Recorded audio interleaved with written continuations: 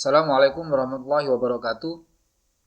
Pada kesempatan ini kita akan belajar bagaimana mencari solusi dari persamaan variabel terpisah.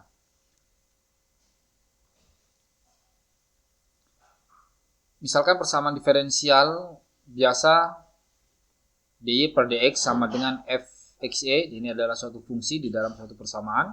Maka kita bisa menulis ulang persamaan ini dengan mxy ditambah n xy dy per dx sama dengan 0. Jadi m ini adalah suatu fungsi yang disebut dengan fungsi sembarang m, yang n pun juga ini adalah fungsi yang di dalamnya ada variabel x dan ada variabel y. Nah, kemudian jika m itu adalah fungsi x dan n itu adalah fungsi y, maka nanti kita bisa pisahkan, jadi bisa kita rubah. Kita kumpulkan mana yang fungsi x itu dengan dx, mana yang fungsi y itu dengan dy. Nah, pada kasus ini maka persamaan ini disebut dengan terpisah atau separable. Jadi variabel yang terpisah. Jadi poinnya, titik pentingnya di sini adalah nanti fungsi x nanti kita kumpulkan dengan derivatif x, dan fungsi y kita kumpulkan dengan yang dy. Contohnya misalkan, selesaikan persamaan diferensial ini dy per dx sama dengan x kuadrat ditambah 1 per y kuadrat min 1. Jadi dengan menggunakan teknik variabel terpisah dan teknik integrasi, maka akan diperoleh y kuadrat min 1 dikali dy sama dengan x kuadrat ditambah 1 dx. Nah, ini sudah kalau kita lihat secara umum, maka ini adalah m, misalkan fungsi m dengan dy dan fungsi n dengan dx. Ini yang dimaksud dengan terpisah, saudara-saudara. Jadi dipisahkan variabelnya sendiri-sendiri. Yang x dengan x, yang y dengan dy.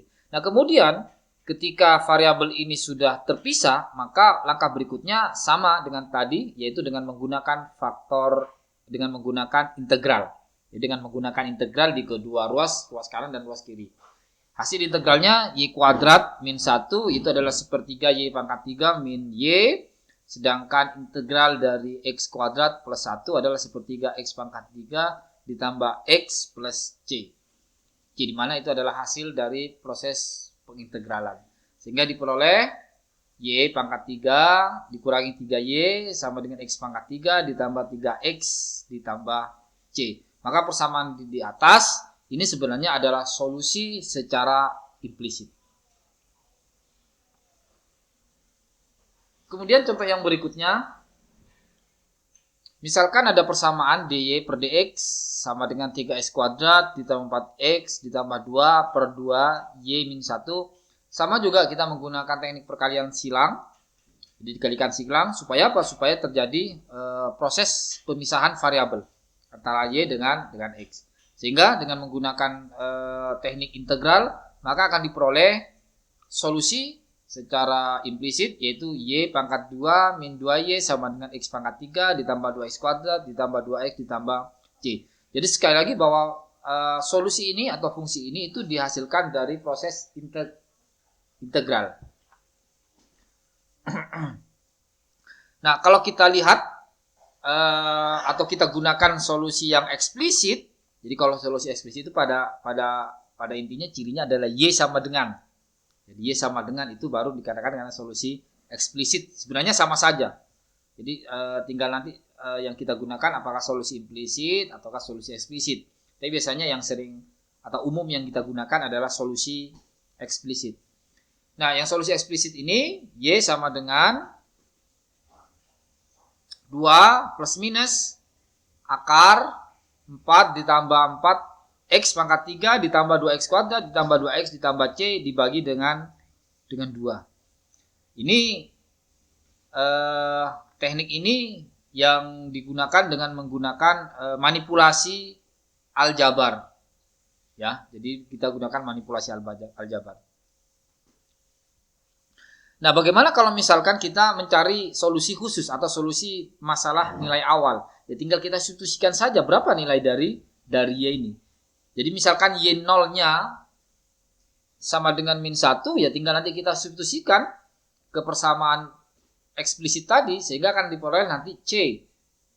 Contohnya seperti ini. Jadi misalkan Y kuadrat min 2Y sama dengan X pangkat 3 ditambah 2X kuadrat ditambah 2X ditambah C. Ini adalah solusi solusi implisit.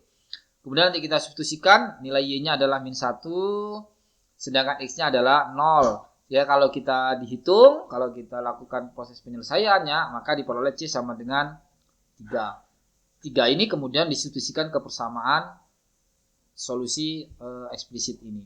Sehingga diperoleh Y kuadrat min 2Y sama dengan X pangkat 3 ditambah 2X kuadrat ditambah 2X ditambah 3. Dengan solusi eksplisit Y, maka diperoleh Y sama dengan 1 plus minus akar X pangkat 3 ditambah 2X kuadrat ditambah 2X ditambah C.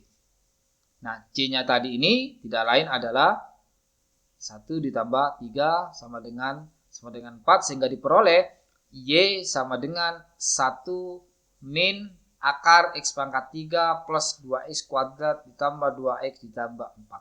Sekarang yang menjadi pertanyaannya, bukankah solusi ini sebenarnya ada dua? Ada yang positif dan ada yang negatif. Ya, jadi ada Y yang sama dengan 1 plus akar, ada yang kedua 1 min akar. Nah, untuk menentukan mana solusi yang tepat terhadap persamaan di atas ini, maka kita substitusikan nilai dari X-nya ini. X-nya kita ganti dengan 0. Jadi kalau kita ganti dengan 0, 0, 0, kemudian nanti akar 4. Akar 4 itu adalah 2. Ya, berarti kalau 1 plus 2, 1 ditambah 2 itu sama dengan 3. Sedangkan 1 dikurangi 2 itu sama dengan min 1. Maka hasil yang sesuai dengan solusi awalnya, Y0 sama dengan min 1, itu adalah solusi yang dengan menggunakan operasi negatif. Jadi itu kenapa yang kita ambil itu adalah yang memenuhi adalah yang negatif. Ini sama juga, jadi perhatikan bahwa kondisi awalnya kalau kita mau menggambar dalam bentuk maple grafiknya, ya kita memilih tanda yang positif bukan tanda yang negatif pada akar kuadrat. Kalau kita menentukan kondisi awalnya adalah Y0 sama dengan 3. Ini contoh yang lain, solusi implisit dari masalah nilai awal. Jadi aksen sama dengan Y cos X dibagi dengan 1 ditambah 3Y pangkat 3, Y0 sama dengan 1. Dengan cara yang sama, kita pisahkan juga variabelnya. Kemudian kita lakukan proses integral, sehingga nanti akan kita peroleh solusi umum. Dari solusi umum inilah maka nanti kita masukkan masalah nilai awal, nanti kemudian kita akan menentukan atau kita akan memperoleh solusi khususnya. Demikian yang bisa kami sampaikan, mohon maaf yang sebesar-besarnya. Saya akhiri, assalamualaikum warahmatullahi wabarakatuh.